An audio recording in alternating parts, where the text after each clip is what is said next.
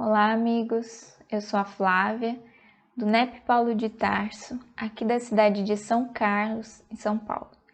E hoje nós vamos conversar sobre o capítulo 2 do Livro da Esperança, intitulado Na Presença do Cristo. E nesse capítulo, Emmanuel seleciona para comentar um versículo de Jesus que diz: Em verdade vos digo que o céu e a terra não passarão sem que tudo que se acha na lei esteja perfeitamente cumprido, enquanto reste um único iota e um único ponto.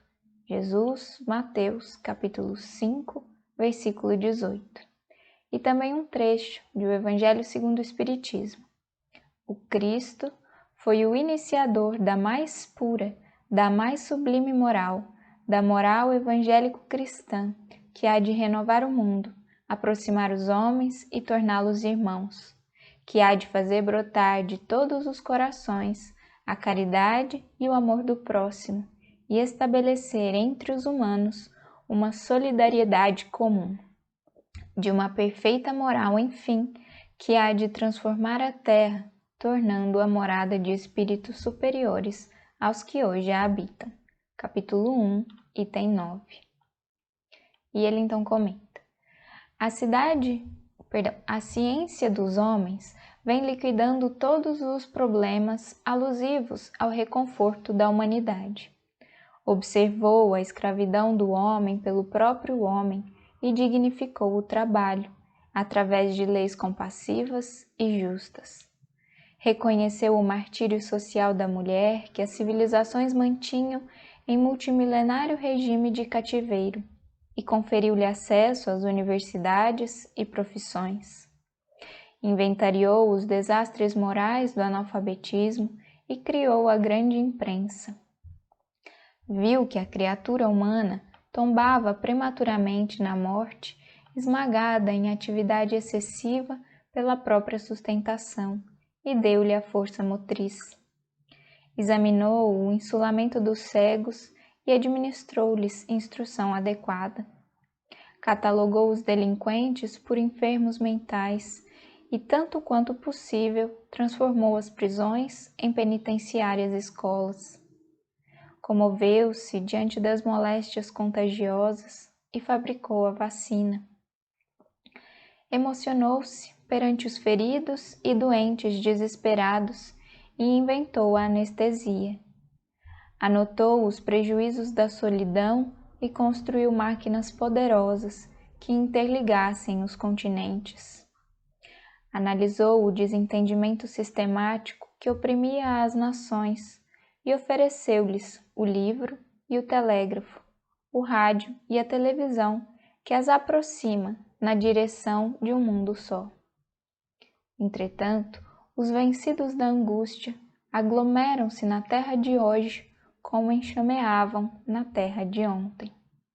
Articulam-se todas as formas e despontam de todas as direções. Perderam o emprego que lhes garantia a estabilidade familiar e desorientam-se abatidos à procura de pão. Foram despejados do teto, hipotecado à solução de constringentes necessidades e vagueiam sem rumo. Encontram-se despojados de esperança pela deserção dos afetos mais caros e abeiram-se do suicídio. Caíram em perigosos conflitos da consciência e aguardam leve sorriso que os reconforte. Envelheceram sacrificados pelas exigências de filhos queridos que lhes renegaram a convivência nos dias da provação e amargam doloroso abandono. Adoeceram gravemente e viram-se transferidos da equipe doméstica para os azares da mendicância. Transviaram-se no pretérito e renasceram, trazendo no próprio corpo os sinais aflitivos das culpas que resgatam, pedindo cooperação.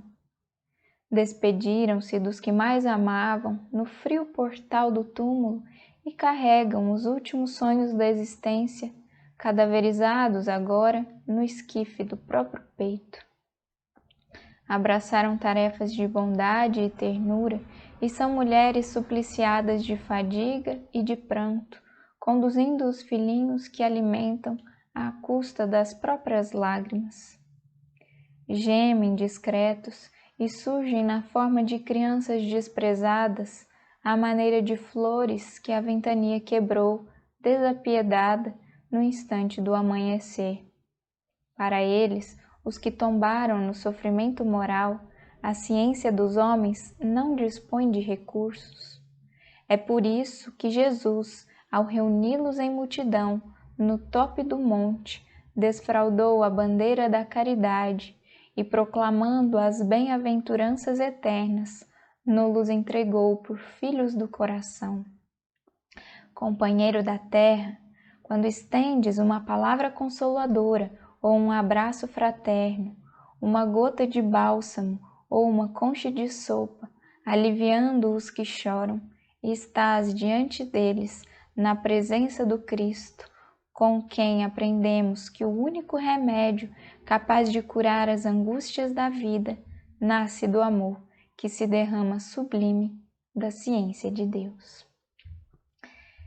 Então, meus amigos, desde lá do versículo até todo o desdobramento que o Emmanuel traz no comentário desse versículo, nós vamos perceber aqui que o assunto trata-se de um processo de evolução, de desenvolvimento.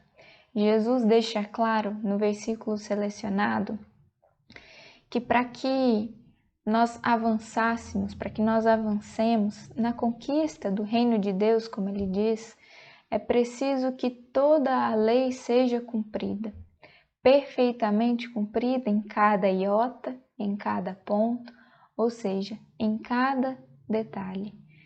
Emmanuel, desde o início do texto, vem nos trazendo, então, o desenvolvimento pelo qual nós já temos passado. E é inegável, percebemos, basta observar a história da humanidade, o passar dos séculos até o momento em que hoje vivemos, o como já caminhamos, já avançamos, já nos desenvolvemos enquanto sociedade, enquanto coletivo, sobretudo no que diz respeito ao aspecto material. A evolução da ciência do mundo desse desenvolvimento das coisas materiais que tem nos proporcionado, sim, e é inegável, conforto aqui na Terra, que tem sido instrumentos para nos proporcionar uma melhor estada aqui no mundo. Sabemos das limitações que a vida física nos apresenta, das muitas dores e dificuldades que tantos e tantos irmãos passam aqui na Terra, no que diz respeito a essa lida material, a essas limitações do próprio mundo. E todo esse desenvolvimento material, tecnológico, tem nos proporcionado muitos meios, muitas ferramentas de melhor vivermos, de melhor estarmos aqui no mundo. Mas Jesus destaca que seria necessário o cumprimento de todos os detalhes da lei. E talvez nesse ponto a gente já comece a perceber que algumas coisas têm faltado. E Emmanuel nos dá a dica e nos convida a observarmos um outro aspecto da lei que tem ficado mais esquecido, digamos assim. Se de um lado o desenvolvimento material, da tecnologia, do conhecimento do mundo tem apresentado avanços, sabemos que ainda temos muito a caminhar, mas já podemos observar certos avanços. De um outro lado, existem algumas dores, alguns sofrimentos que todo esse desenvolvimento do mundo não tem sido capaz de sanar, como o próprio Emmanuel vai dizer no texto.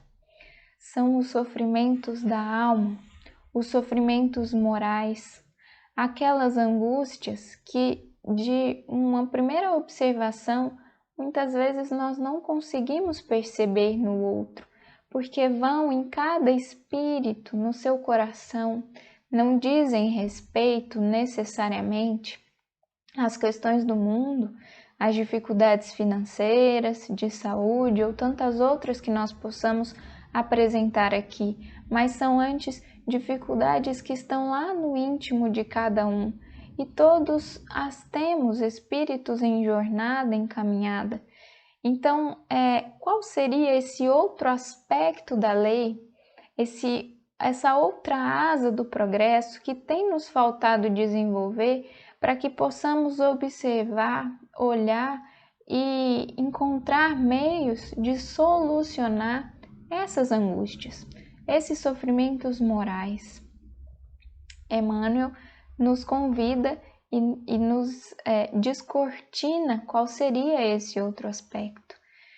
É o desenvolvimento do coração, do sentimento, essa outra asa que tem muitas vezes ficado esquecida no progresso, na evolução por muitos de nós.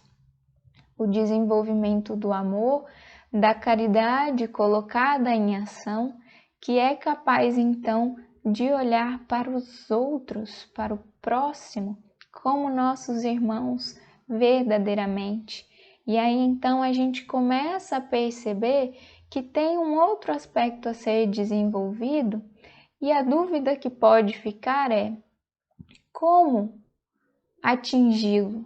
Como caminhar nessa direção de desenvolvimento do aspecto do sentimento, do desenvolvimento do amor? Emmanuel nos traz uma dica. O amor, ele é esse fluxo, como ele próprio vai dizer lá no final, uma ciência de Deus. A gente reconhece Deus como Criador, sendo a fonte de toda a bondade, de todo o amor no universo. Quando nós, criaturas, colocamos as nossas mãos em ação, entramos nesse fluxo divino, e aí então a gente passa a ser meio, instrumento para fazer esse amor se movimentar e chegar a tantos corações aflitos. Nesse movimento, nós recebemos do alto, recebemos esse amor que vem de Deus, e aí encontramos um remédio para curar as nossas próprias angústias, no trabalho, no serviço sincero e desinteressado pelos nossos irmãos. E aí então nesse fluxo nós podemos também encontrar o coração desses que sofrem. Então também contribuindo para a cura, digamos assim, daqueles corações pelos quais nós também trabalhamos. Então é um processo que se alimenta e todo o bem vai fluindo, seja para aqueles que recebem, seja para aqueles que se esforçam por servir. Estar no trabalho é o grande convite de Jesus, como ele mesmo exemplifica na última ceia, ao lavar os pés dos discípulos, já mostrando para nós que o serviço é a grande chave a qual ele veio nos convidar para desenvolver então esse amor. Esse é o movimento de estarmos no mundo, o grande convite para todos nós. E nesse processo todo, a gente retoma a própria fala, o próprio trecho, que Emmanuel escolhe para comentar do Evangelho segundo o Espiritismo, quando ele vai dizer que o Cristo foi o iniciador da mais pura, da mais sublime moral, da moral evangélico-cristã, que há de renovar o mundo, aproximar os homens e torná-los irmãos. Então, estar na presença de Jesus é o grande movimento, é o grande meio também que nós temos de avançar. Jesus é para nós modelo, Jesus para nós é guia, e quando esteve conosco na terra, veio para nos ensinar essa grande ciência do amor, essa grande ciência divina, sem a qual nós já podemos perceber a evolução completa não se dá. Uma das asas essencial fica faltando aí nessa equação do progresso, nessa equação divina. Então olhemos para isso com muito cuidado, com muito carinho, com muita atenção e estando na presença de Jesus, nós vamos encontrar os meios, os caminhos de avançar. Esse é o grande convite para todos nós, estarmos no mundo, mas na presença de Jesus sempre, porque a caridade, o amor, como nós falávamos, eles são o grande ensinamento de Jesus, aquela caridade que é também a do amparo material quando necessário, mas é também a palavra de consolo, é o bálsamo divino, a presença amiga e tantos outros tipos de auxílio que vem solucionar as dores da alma, como nós falávamos, aquelas que muitas vezes não vemos, não percebemos, mas são tão ou mais intensas do que as dificuldades materiais. Que nós possamos então encontrar esse caminho do serviço, sempre na presença de Jesus, que tem tanto nos ensinado nessa caminhada. Que Ele siga nos inspirando a todos.